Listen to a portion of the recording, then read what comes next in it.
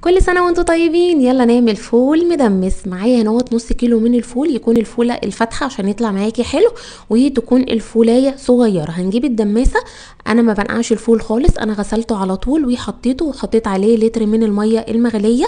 بعد كده هجيب اي فوطة تكون نضيفة او الاستعمال او تكون ضامنة نظافتها، هنحطها على وش القدرة بالشكل دوت. بعد كده هنحط الغطا ونقفل عليها ونحطه على النار ساعتين، درجة حرارة عالية، نار عالية يعني. وبعد كده بنوطي عليه النار لمدة 5-6 ساعات بقى على نار شمعة لحد ما يستوي ويوصل معانا للتسوية الخطيرة اللي انتوا شايفينها دي. هعمله بقى خلطة حلوة جدا. معايا هنا معلقة من الدقيق، ونص معلقة كبيرة من الكركم، ومعلقة صغيرة من البابريكا، وهقلبهم كويس جدا مع بعض. وهضيف عليهم نص كوباية من المية وهقلبهم لحد ما الدقيق يدوب كويس جدا في المية.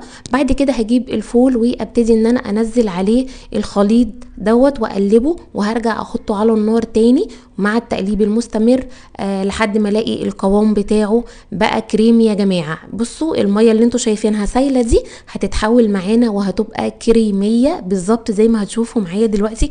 احلى فول تقدروا تعملوه في البيت يا جماعه. بصوا اللون خطير، مهما الفول اسود معاكي تقدري تعملي له الخلطه اللي انا عملتها ديت وهيبقى معاكي الفول خطير كده.